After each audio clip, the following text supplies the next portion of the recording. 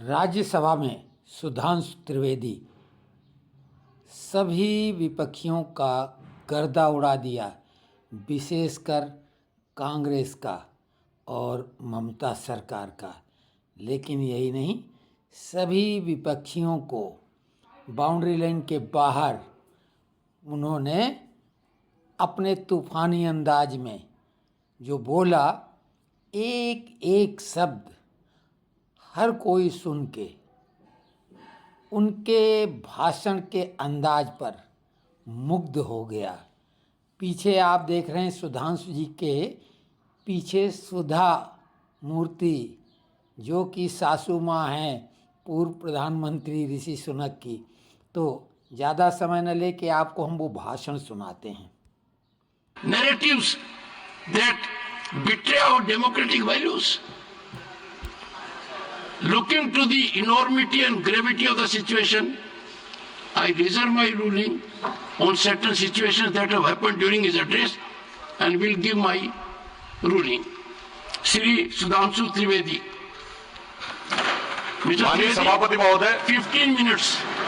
माननीय सभापति महोदय, अभी इस सदन में हमारे साथी गोखले जी द्वारा जो भारत के उस राज्य को रिप्रेजेंट करते हैं जो फाइन आर्ट्स और गरिमा में अपना एक उच्च स्थान रखता है, जिसे बंगाली भद्र लोक कहा जाता है, परंतु आज उस इनिशिएशन के साथ मुझे लगता है उस भद्रता के साथ जो क्रूर मजाक हुआ है उसके ऊपर बात करते हुए मैं पीड़ा के साथ अपना निवेदन प्रारंभ करता हूं। आज हम गृह मंत्रालय के विषय में चर्चा के लिए एकत्र हुए हैं और हमारी सरकार 26 मई 2014 को आने के बाद गृह मंत्रालय की टोन एंड टेनर में क्या परिवर्तन आया, इसे मैं सिर्फ दो वानगी में बताना चाहता हूं। 26 मई 2014 के बाद आप सबको ध्यान होगा, उससे पहले बीएसएफ जो कि गृह मंत्रालय के अंडर में आता है, पहले उधर से बहुत फायरिंग हुआ करती थी। उसके बाद पहली फायरिंग हुई तो मुझे याद है उस समय राजनाथ सिंह जी गृह मंत्री थे। यहां पे खबर आया कि साहब वहां से कहा जाता था फायरिंग हो तो सिर्फ व्हाइट फ्लैग दिखाना है। आपको पता है कि उस समय गृह मंत्रालय से संदेश गया बीएसएफ के डीजी को कि अब ये मोदी की सरकार है, अब व्हाइट फ्लैग नहीं दिखाया जाएगा, फायरिंग के ऊपर 4 गुना फायरिंग का जवाब दिया जाएगा। और आप सबने देखा होगा पिछले 10 सालों में सीमा पर फायरिंग में शांति आ गई है। दूसरा उदाहरण देना चाहता हूं, जब हमारी सरकार आई 26 मई 2014 को, उस समय अभी आईबी का उल्लेख हुआ जो गृह मंत्रालय में आती है, इंटेलिजेंस ब्यूरो, उसके चीफ श्री आसिफ इब्राहिम थे जो कांग्रेस पार्टी के शासनकाल में आईबी चीफ बने थे। वैसे तो हम किसी भी अफसर को धर्म जाति के आधार पर नहीं देखते, पर उस समय इस बात का प्रचार किया गया था कि देखिए एक मुस्लिम अधिकारी को आईबी का चीफ बनाया गया। परंतु आज तक का भारत का इतिहास है, जब कोई सरकार बदलती है तो आईबी चीफ 1 महीने से ज्यादा नहीं रहता है। परंतु श्री नरेंद्र मोदी जी की सरकार में श्री आसिफ इब्राहिम का 8 महीने का कार्यकाल था और उन्होंने उसे 8 महीने का कार्यकाल पूरा किया। याद रखना चाहिए कि मोदी जी के कार्यकाल का पहला आईबी चीफ मुस्लिम समाज से था। यह दर्शाता है कि हम समाज के वर्गों को डर पैदा करके साथ में नहीं लेना चाहते, विश्वास पैदा करके साथ में लेना चाहते हैं। आज हमारे गृह मंत्री आदरणीय अमित शाह जी गुजरात का प्रतिनिधित्व करते हैं, प्रधानमंत्री जी उत्तर प्रदेश से प्रतिनिधित्व करते हैं। सभापति जी, यह संयोग भारत के इतिहास में 3 बार बना है। पहली बार जब सरदार पटेल गुजरात से थे और पंडित नेहरू उत्तर प्रदेश से थे, तो स्वतंत्रता का काल था।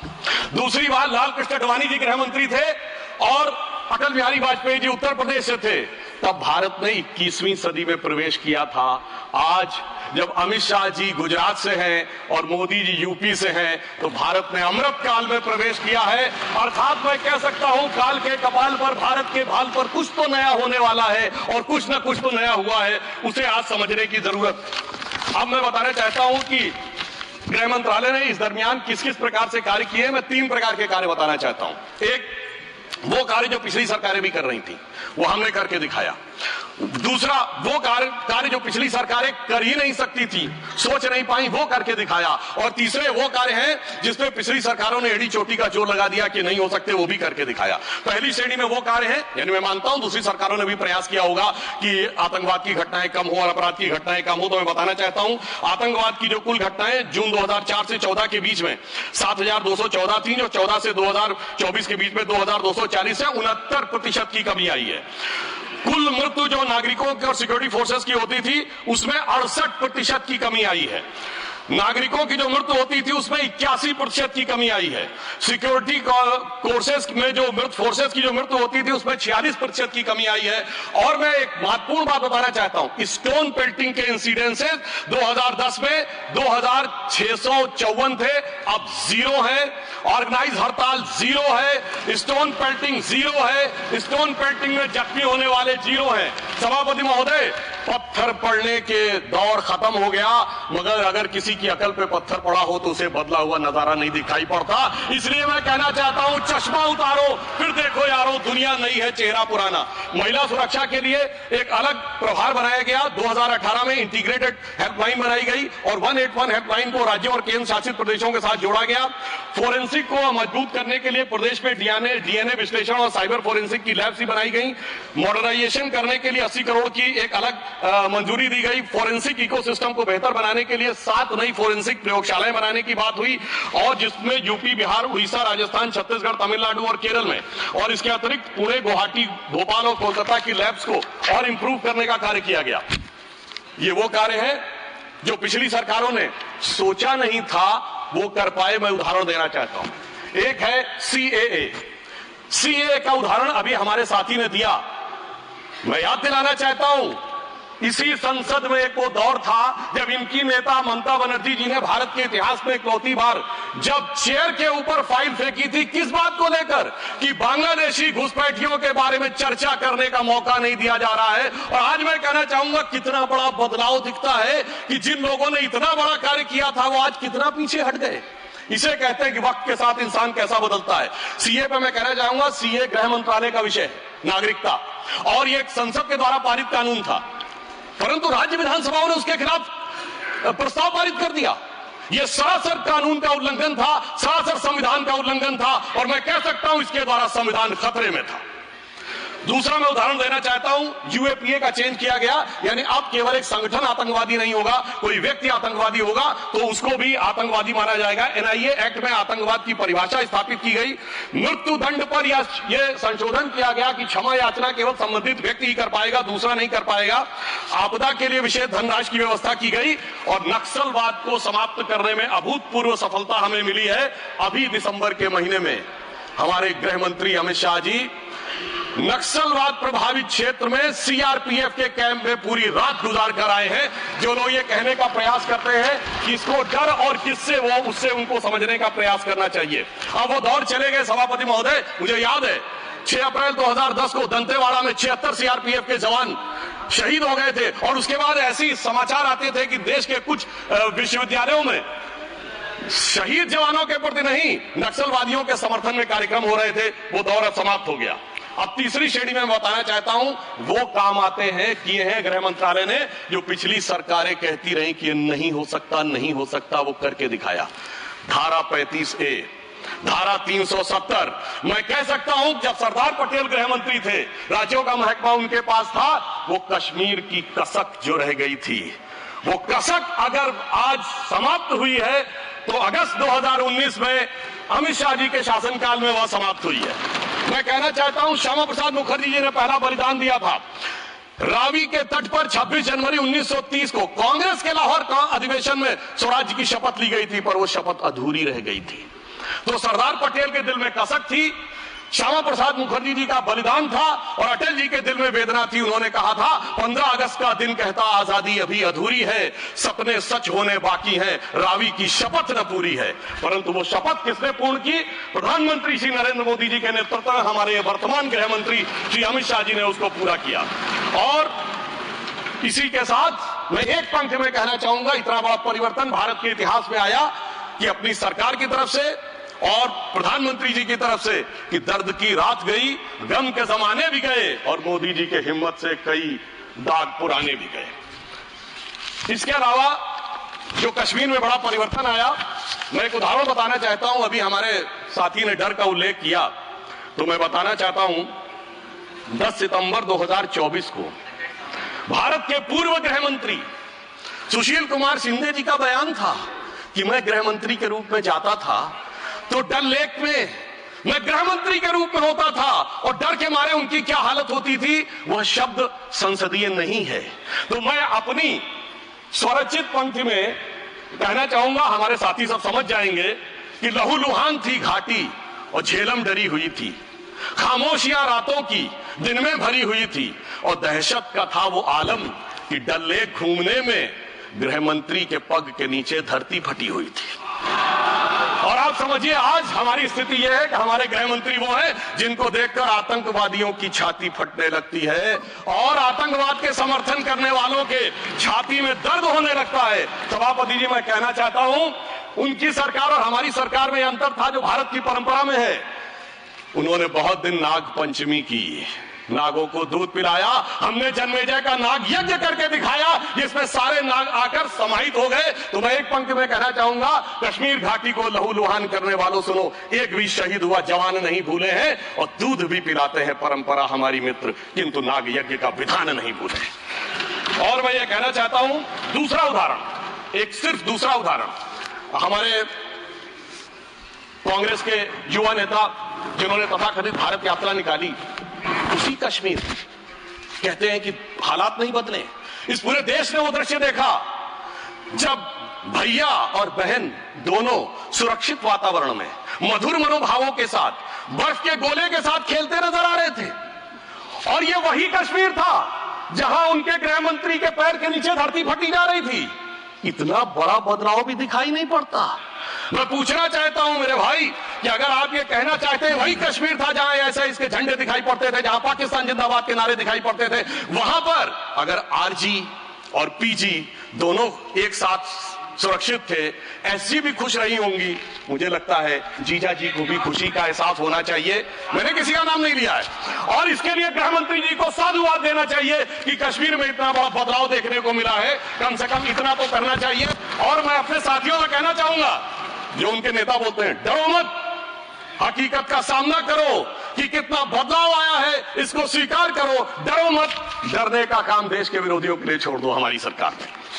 इसके अलावा हमारी सरकार के समय में इंडियन पैनल कोड को भारतीय न्याय संहिता के रूप में जो बदलाव किया गया वो एक महत्वपूर्ण बात है। परंतु मैं सभापति महोदय यह भी बताना चाहूंगा कि जब भी किसी चीज की तुलना हो तो तुलनात्मक होनी चाहिए। जब हमारी सरकार आई और गृह मंत्रालय का दौर आया तो उस जमाने में क्या अंतर था सिक्योरिटी में और आज क्या बड़ा अंतर है। राष्ट्रीय सुरक्षा सबसे प्रमुख दायित्व है, जैसा कि हमारे साथी ने कहा, लॉ एंड ऑर्डर तो स्टेट का सब्जेक्ट है, पर राष्ट्रीय सुरक्षा गृह मंत्रालय की बात मैं पूछना चाहता हूं। हमारी सरकार आने से पहले दिल्ली में धमाके नहीं होते थे क्या? मुंबई में नहीं होते थे? चंडीगढ़, गुवाहाटी, लखनऊ, फैजाबाद, जयपुर, नागपुर, हैदराबाद, कौन सा ऐसा शहर का जहां धमाके नहीं होते थे? चलती ट्रेन में धमाके, चलते बस में धमाके, लोकल ट्रेन में धमाके, और लिखा रहता था बस अड्डे पे धमाका, रेलवे स्टेशन पे धमाका, लिखा रहता था छूना नहीं धमाका हो जाएगा। मगर इसके बावजूद आज वो केवल दक्षिण कश्मीर के 4 जिलों तक सीमित हो गया है। इसके बावजूद इतना बदला हुआ नजारा नजर नहीं आता है। ये दर्शाता है कि कितना पूर्वाग्रह की दृष्टि है। और यह भी मैं बताना चाहता हूं, इस सरकार, पिछली सरकार के शासनकाल में जांच के अंदर किस प्रकार का कार्य हुआ, मैं 2 चीजों का उदाहरण देना चाहता हूं। समझौता एक्सप्रेस केस दुनिया के इतिहास का इकलौता केस होगा कि पहले वहां सरकार जांच कर रही थी कि पाकिस्तान ने कराया, अचानक यू टर्न ले लिया और तथाकथित हिंदू आतंकवाद पे आ गए। किस आधार के ऊपर? आरोपी के रूप में असीमा आनंद जी का जेल में इंटरव्यू। मैं पूछना चाहता हूं जेल में इंटरव्यू कैसे हुआ? बजाय इंटरव्यू लेने वाले पे कार्रवाई होने के पुलिस के सामने दिया गया बयान एडमिसिबल नहीं होता है और इंटरव्यू के आधार के ऊपर चेंज कर दिया। जबकि डेविड कोलमैन हेडली की तीसरी पत्नी फौजिया का अमेरिका में दिया इंटरव्यू है जिसमें सीधे सीधे उसने कहा कि यह पाकिस्तान का इन्वॉल्वमेंट था। दूसरा उदाहरण देना चाहता हूं, इशरत जहां केस। ये दुनिया के इतिहास में इन्वेस्टिगेटिव एजेंसी में एक अद्भुत उदाहरण होगा कि पहले भारत की आईबी और सीबीआई दोनों कह रही थी कि इशरत जहां आतंकवादी है, फिर अचानक सीबीआई ने स्टैंड चेंज कर दिया और कहा वो आतंकवादी नहीं है। मगर सभापति महोदय, आईबी चीफ कहते रहे कि वो आतंकवादी है। यानी ऐसा विचित्र उदाहरण था कि एक ही सरकार प्रकार की दो एजेंसी एक दूसरे के खिलाफ बोल रही थी, और जब हमारी सरकार आई और वो हलफनामा बदलने का आधार पूछा गया तो सभापति महोदय फाइल गायब थी। यह दर्शाता है कि सिक्योरिटी का किस प्रकार से मजाक उड़ाया गया। 26/11 का हमला हाफिज सईद ने कराया, ये इनकी सरकार मानती थी, मगर हमारे कई सम्मानित नेता उस तरह बैठे जो कहते थे आरएसएस ने कराया। सिक्योरिटी का जिस प्रकार का मजाक इनकी सरकार में उड़ाया गया है, यह दर्शाता है कि वो सिक्योरिटी किस प्रकार की थी। मुझे समझ में नहीं आ रहा था कि वो लोग जो अपने जमाने में क्या कहते थे कि इशरत जहां बेटी है, याकूब मेनन की जुडिशियल किलिंग हुई है, अफजल हालात का मारा है, जाकिर नायक शांति का मसीहा है, ओसामा जी है, हाफिज साहब है, इस हालात के बाद क्या होना था? मैं पूछना चाहता हूं, ये डर के बोल रहे थे या प्रेम से बोल रहे थे? या आपकी मोहब्बत की दुकान के सरमाएदार थे या मोहब्बत की दुकान के खरीदार थे? और मैं सिर्फ दो स्टेटमेंट कोट करना चाहूंगा उस सरकार की हालत के लिए। 20 जनवरी 2013 को तत्कालीन गृह मंत्री सुशील कुमार शिंदे जी ने जयपुर में वक्तव्य दिया कि आरएसएस के कैंप्स में टेरर ट्रेनिंग की जाती है, और जब सुषमा स्वराज जी ने आके सदन में पूछा, गृह मंत्री ने अपना बयान वापस ले लिया। सोचिए, इस प्रकार का मजाक भारत की सुरक्षा के साथ कभी सुनाई नहीं पड़ता। और 14 जुलाई 2011 को कांग्रेस के एक चिर युवा नेता जो चिर क्रोधित और चिर आक्रोशित रहते हैं, उन्होंने एक वक्तव्य दिया था, but terrorism is something that is impossible to stop all the time. यानी हमेशा के लिए आतंकवाद को रोकना मुमकिन नहीं है। सभापति महोदय, जिस सरकार का चाल चलन ऐसा था, उसके हालात में रोकना मुमकिन नहीं था। और आज मोदी जी की सरकार है तो मोदी है तो मुमकिन है, वो हमने करके दिखाया। मैं दूसरा बताना चाहता हूं उदाहरण। एक दौर था जिस जमाने में 26/11 हमले के बाद से पहले 2007 में आंतरिक सुरक्षा की नीति क्या थी? हवाना में जाके ये कहा कि पाकिस्तान आतंकवाद से पीड़ित देश है। ये भारत सरकार का ऑफिशियल स्टेटमेंट था। 26/11 के हमले के केवल 9 महीने बाद जुलाई 2009 में शर्म एल शेख में ज्वाइंट डिक्लेरेशन में बलूचिस्तान का उल्लेख आया और यह कहा गया टेरर के अटैक से टॉक्स प्रभावित नहीं होंगी। मगर सभापति महोदय, जब हमारी सरकार आई तो हमने कहा टेरर के साथ टॉक्स नहीं होंगी। और जब से मोदी जी की सरकार आई है, हमने इस बात को बिल्कुल साफ साफ कर दिया है। और इसीलिए पिछले 11 साल ऐसे जब कोई औपचारिक द्विपक्षीय वार्ता नहीं हुई सभापति महोदय, क्योंकि जब से हमारे गृह मंत्री जी आए हैं, हालात में जानते क्या बदलाव आया है? उस जमाने में शांति के कबूतर उड़ा करते थे, अब गुरु गोविंद सिंह जी के बाज उड़ते हैं। और जिसे हम अपने लखनऊ की भाषा में कहते हैं कि अम्मा मियां वो दिन लद गए जब उस्ताद लल्लू खा फाख्ते उड़ाया करते थे। और अब वो बदलाव ये देखने को मिला है। ये लोग तो वो हैं सभापति महोदय जिन्हें भारत इतना कमजोर चाहिए था, किसी संसद भवन की छत के ऊपर जो शेर बने हैं उसके लिए लोग गए थे कोर्ट में कि शेर ज्यादा आक्रामक दिख रहे हैं।